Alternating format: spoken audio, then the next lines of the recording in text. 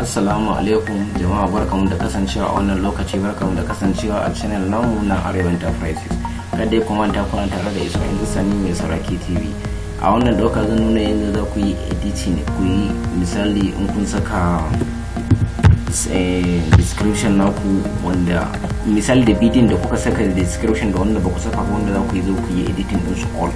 Shine misali in ka shiga my videos, a ciki akwai wa'in aka yi kamar misali bari in duba wanda na sa ba da dadewa ba. Misali wannan da na sa shi bari edit in dauka description ne, shi nake so in samu duka video. Wannan shine mai shi ga na kasan shi babu, shine a description babu shi akan shi nan ma. To duk ina so duka su zuwa iri daya. Abin da za a yi shine za ka yi marking din duka bidiyon ka. In kana da su da yawa sun fi haka sai ka select all, in sun je next page sai ka shiga edit, za ka ga description. In ka ga description za su ce insert at beginning ba zai goyi wancan ba, zai zo gaban wancan rubutun ne. At the end zai zo a karken wancan description din naka ne. Kuma replace all shine yanzu replace all ne ke so ne, dukansu ina so su koma da suna da wa'innan. In kuma kana so dan already wanda kake so shi kenan, wanda kake so sai in ka rarrawa kana so ka sa a gaba ko baya duk zaka yi. Amma in kuma kana son ka replace din ne, shi na kai irin wannan.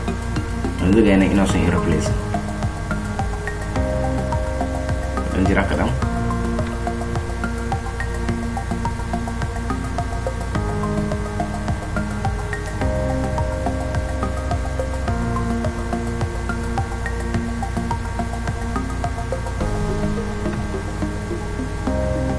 Nan ya gama, bari refreshing page nawa.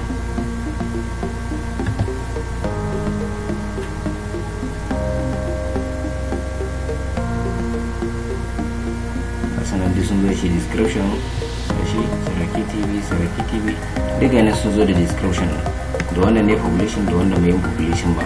Wanda bai gane ba zai iya yi mun comment a kasan bidiyo na, ko turo email a ismailsani21@gmail.com. sai mun haɗu a ɗauka na gaba insha Allah.